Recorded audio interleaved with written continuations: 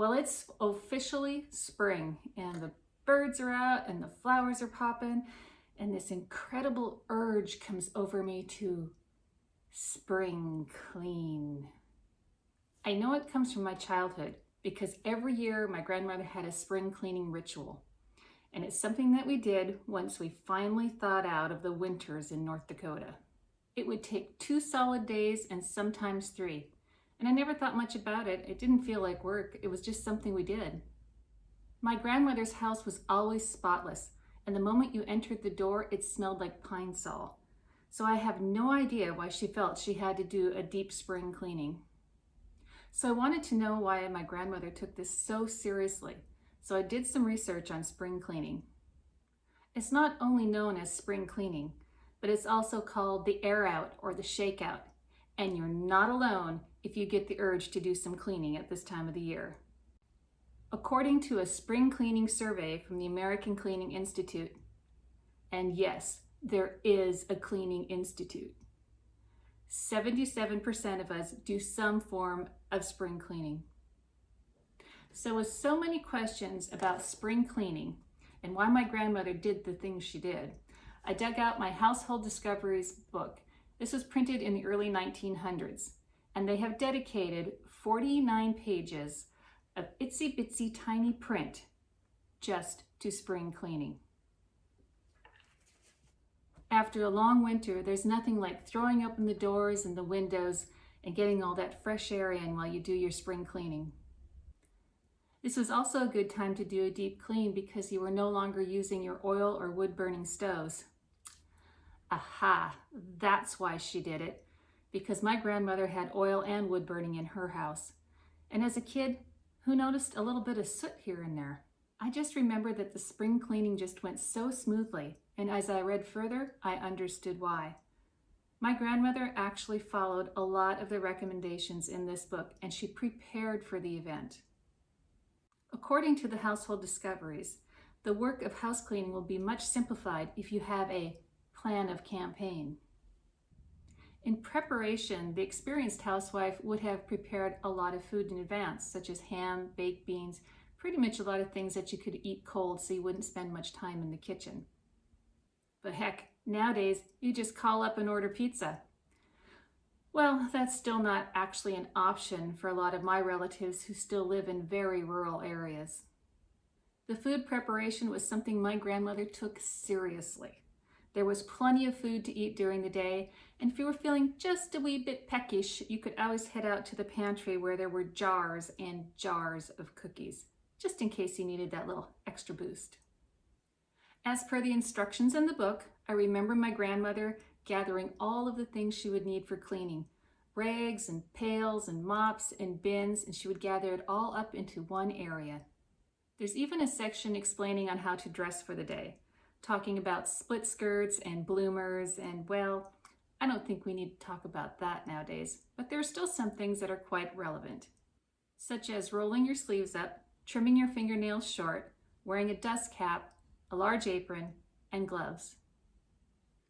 Some of the essentials for spring cleaning are wiping down the walls, furniture, or any surface that really needs a good cleaning. But let's not forget the ceiling. But before we get started with that, we're going to need to remove all the decor and knickknacks from each room. They were very specific in the book about what you should have in your house, and I'm going to read you a little bit from the book. William Morris says, "Have nothing in your house that you do not know to be useful or believed to be beautiful. Hence, before house cleaning, go through the house and critically examine each object.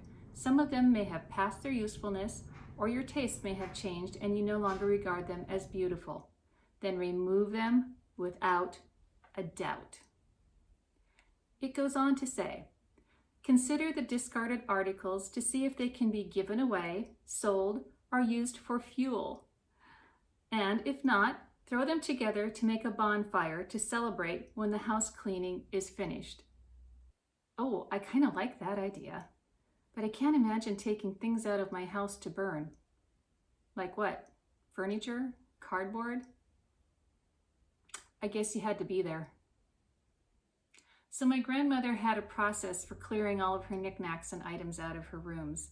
She would get large bins, line them with a dish towel, and lay all of her items gently into the bins. You did this to help prevent chips or cracks.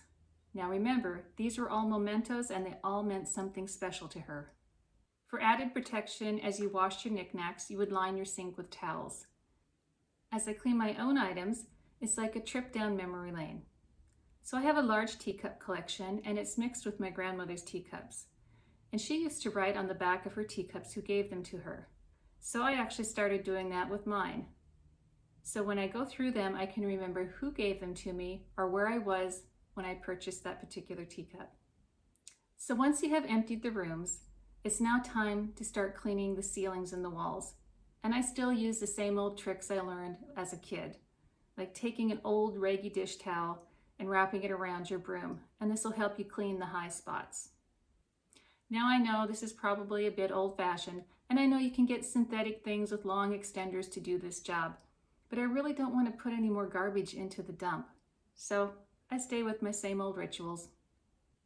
Once you've dusted your walls, we would have washed them down, but as I have no oil furnace or wood stove, I think I'm going to call it good with just a good dusting. And then there's the bedding and the rugs. I like to hang out my quilts and give them a good airing before I pack them away for the season. I also like to hang out my pillows. I put them in a thin old cotton pillowcase and just let them sit in the breeze all day. And then we get to the rugs. So there's 5 pages on how to clean your rugs and carpets. And I think some of it's pretty funny. So they suggest that you take salt, cornmeal, and kerosene and mix that up and sprinkle it over your carpets, or fresh grass clippings, or if the carpet is dark, wet tea leaves, and then sweep it off. So like everyone else, I vacuum my rugs and carpets and think they're just fine. But I thought for fun, I would take it out and do a regular old rug beating. And first of all, you start with the wrong side of the rug. Oh my God, this is going to be serious work. So then you flip it over and do the other side. And oh my goodness, all of the dust that was coming out of this rug was shocking, horrifying. And I have one of those really fancy vacuums. So I'm telling you, I must have worked on this rug for 20 minutes. And after this event, I am going to definitely be doing it on a regular basis. When it came to storing linens, my grandmother believed in mothballs. Ugh, I cannot stand the smell of mothballs. So I went through the book to see if they had another idea, and I made my own sachets. I used old cotton sheets to make some sachets, and I filled them with arborvitae and lavender.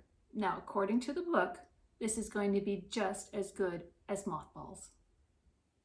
So when you pack your linens away, throw in some of these sachets and then put your items into an old cotton pillowcase. So as I went through the book, there were so many references to clean with turpentine, kerosene, gasoline. Can you imagine scrubbing your floors with gasoline? No wonder they wanted all the doors and windows open.